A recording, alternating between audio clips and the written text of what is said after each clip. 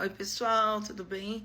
Mais uma vez por aqui para compartilhar com vocês uma leitura muito impactante que eu fiz no comecinho de agosto desse ano de 2023, que foi a leitura do livro 12 anos de escravidão.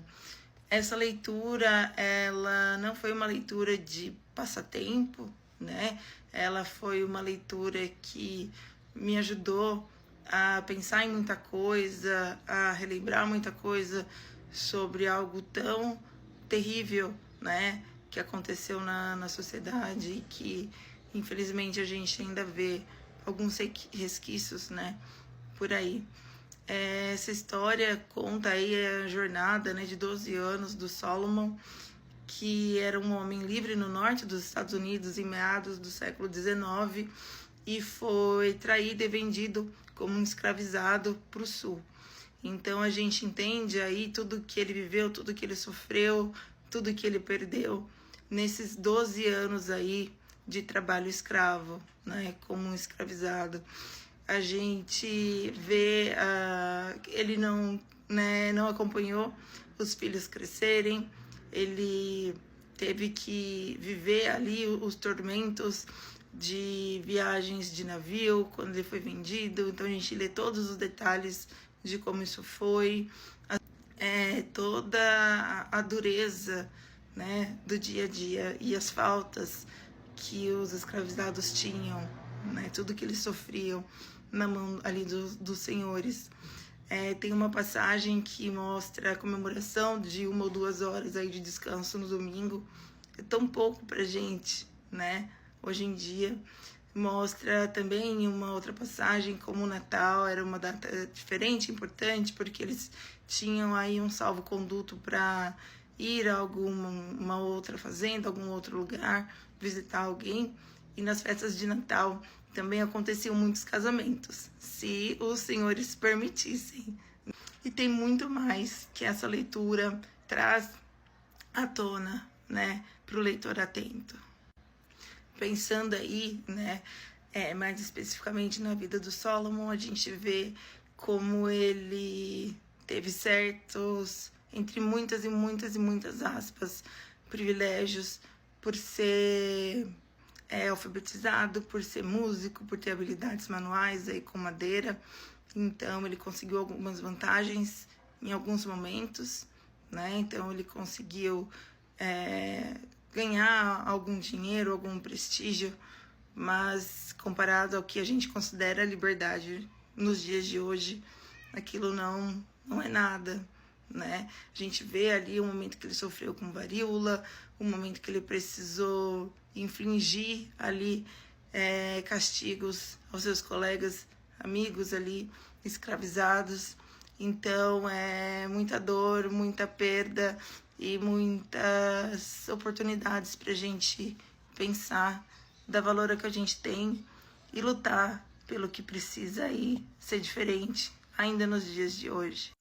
Tem algumas passagens que me marcaram muito nessa leitura, então eu vou fazer a leitura desses trechos para vocês e eu gostaria que vocês compartilhassem comigo as suas impressões e o que esses trechos despertam em cada um de vocês, o que eles fazem vocês pensarem a respeito.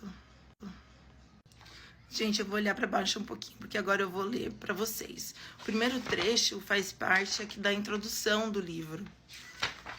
Diz assim: o tratamento que recebeu, ou Solomon, o tratamento que recebeu em Pine Woods revela que entre senhores de escravos há homens capazes de humanidade e homens capazes de crueldade. Mas penso eu, se eles são senhores de escravos, como assim pensar em humanidade? Isso por si só não é desumano?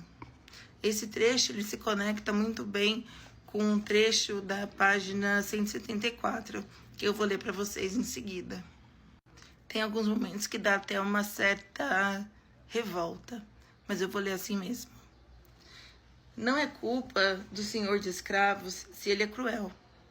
Antes é culpa do sistema no qual ele vive.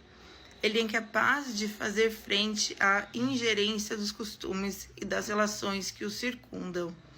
ensinado desde criança por tudo que vê e ouve que a chibata foi feita para as costas do escravo, na idade adulta não consegue mudar de opinião. Será? O que vocês acham?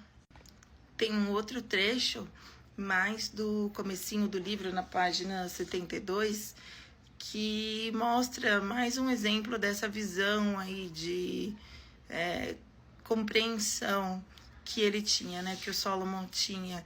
E ele fala sobre um senhor bondoso ali, com quem ele teve a experiência de passar alguns anos. Vou ler esse trecho para vocês também.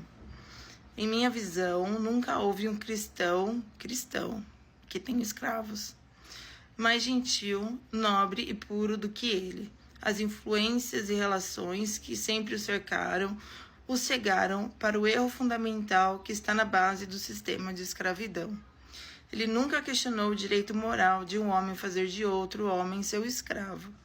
Olhando pelas mesmas lentes de seu pai, via as coisas na mesma perspectiva. Crescido em circunstâncias diferentes e sobre outras influências, suas ideias, sem dúvida, teriam sido outras. Apesar de escravocrata, era um senhor modelo, vivendo de forma justa, de acordo com a luz de sua razão, e sortudo era o escravo que se tornasse propriedade sua.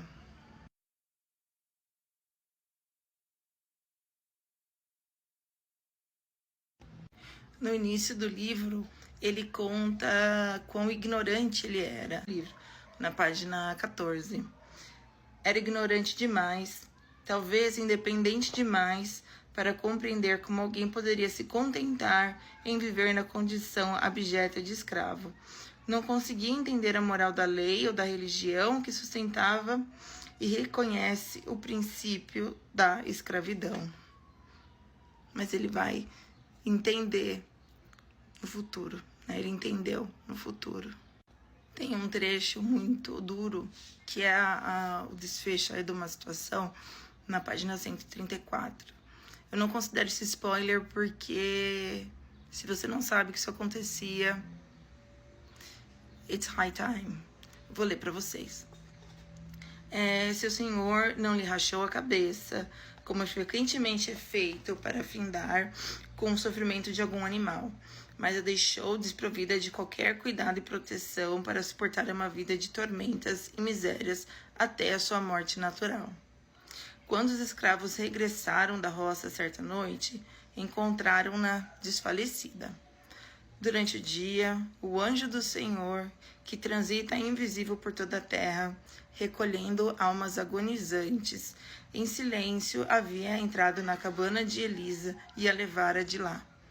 Enfim, ela se viu livre, a morte que veio para libertar. Eu lembro que eu não consegui assistir o filme baseado nesse livro. Insisti algumas vezes na leitura. Não me arrependo, porque me marcou demais. Recomendo que todos leiam esse livro. 12 anos de escravidão.